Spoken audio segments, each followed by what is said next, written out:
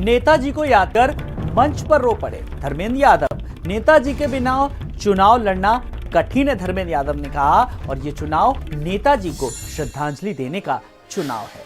डिंपल यादव को भारी वोटों से जीत दिलाने की अपील की और इस दौरान भावुक हो गए, आंखें नम हो गई। मैंने कभी कल्पना नहीं की कि नेताजी के बिना भी कोई चुनाव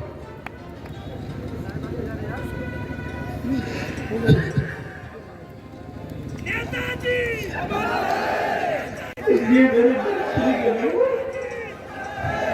जिन लोगों ने नेताजी के बाद के चुनौती देने की कोशिश की है, अपने वोट के माध्यम से इतना भरपूर जवाब दे देना, मुंहतोड़ जवाब दे देना कि कभी भी ये लोग नेताजी के नाम का ढोंग न कर पाए। ये मेरी आप सबसे अपील है, प्रार्थना है। और ज्यादा जानकारी के लिए बात करेंगे अपनी संवाददाता संजय से। संजय, इस पूरी चुनावी कवायद के बीच कहते एक तस्वीर बहुत कुछ बोलती है। आज जब प्रचार कर रहे थे धर्मेंद्र यादव, किस तरीके से उनकी आंखें नम हो गई और वो भावुक हो गए, और किस तरीके से नेताजी को याद किया। नेताजी की कमी तो हमेशा खलेगी, चाहे कोई भी उनके परिवार का सदस्य। संजय। बिल्कुल आलोक, चूंकि नेताजी के देहांत के बाद ये उपचुनाव हो रहा है, तो ऐसे में बेहद सादगी से समाजवादी पार्टी का जो परिवार है वो पूरी तरीके से चुनाव प्रचार पे तो जरूर है, लेकिन पूरी सादगी के साथ, चूंकि शोकाकुल परिवार है तो पूरी सादगी का विशेष ख्याल रखा जा रहा है। और यही वजह है कि मंच पर आप देख रहे हैं कि लोगों की आंखें नम हो जाती हैं। भावुकता अचानक जब जो तेजी से बढ़ती है तो धर्मेंद्र यादव जैसे जो अन्य लोग भी हैं, कहीं ना कहीं उनके आंखों से जो है आंसू छलक पड़ते हैं। क्योंकि पहला चुनाव ऐसा है जब नेताजी किसी भी रूप में शायद जो फिजिकली है वो मंच पर मौजूद नहीं है, और यही वजह उनको हर जो सभा हो या फिर पंचायतें हो या लोगों से जनसंपर्क हो, उनकी यादें, उनकी बातें, उनके काम, उनके विचार, उनका जिस तरीके से वो विचारधारा लेकर के चल रहे थे, समाजवाद को एक बार किस तरीके से वो जमीन पर उन्होंने उतारा, और यही वजह है कि नेताजी को नेताजी कहा जाने लगा। तो वो तमाम यादें जो हैं वो मंच पर देखने को मिलती हैं, और यही वजह थी कि आज धर्मेंद्र यादव मैनपुरी में रो पड़े।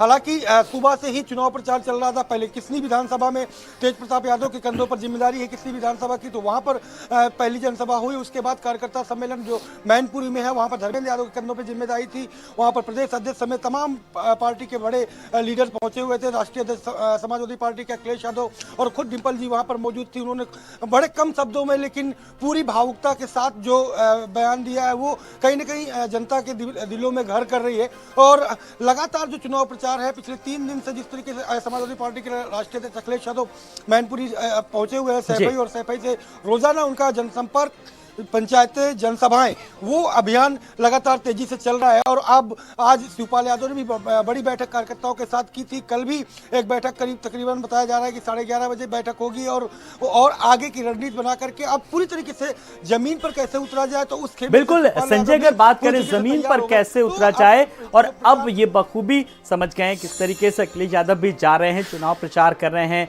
डिंपल यादव खुद पूरी तरीके से एक्टिव नजर आ रही हैं, लोगों से मिल रही हैं किस तरीके से, और एक संदेशा भी गया है कि अब परिवार एक है। बिल्कुल, ये जो फ्रेम है वो बहुत पहले से सेट किया जाना था और लगातार उस पर काम चल रहा था। और वो जब नेताजी का देहांत हुआ तो वो पूरा परिवार एक हुआ। उसके बाद जो भावनात्मक लगाव जो पहले का था वो पूरी तरीके से अब कंप्लीट है। कहीं पर भी इसमें कोई सवाल नहीं उठा सकता है, और यही वजह है कि परिवार के हर एक सदस्य पूरी शिद्दत के साथ, पूरी जिम्मेदारी के साथ इस चुनाव पे, मैनपुरी का जो उपचुनाव है उस पर लगा हुआ है। क्योंकि ये चुनाव नेताजी के देहांत के बाद हो रहा है, तो कहीं ना कहीं देश दुनिया की नजरें भी है नेताजी की मैनपुरी की इस सीट पर। क्योंकि कहा जाता है, जैसा कि यहाँ पर क्षेत्र में लोग बताते हैं कि मैनपुरी ने कभी भी साथ नेताजी का नहीं छोड़ा जब से नेताजी राजनीति में सक्रिय हुए थे। और चाहे समय अनुकूल रहा हो या विपरीत रहा हो, लेकिन उस कंडीशन पर भी मैनपुरी लगातार उनके उनके साथ रही। तो ऐसे में अब मैनपुरी में वो जरूर नहीं है देश दुनिया में, लेकिन उनके नाम का, उनके विचार को आगे बढ़ाना है, समाजवादी पार्टी को आगे बढ़ाना है, तो ये चुनाव अपने आप में बेहद महत्वपूर्ण हो जाता है। क्योंकि 24 में फिर से लोकसभा का आम चुनाव होगा, तो भी समाजवादी पार्टी का परिवार का ही कैंडिडेट होगा।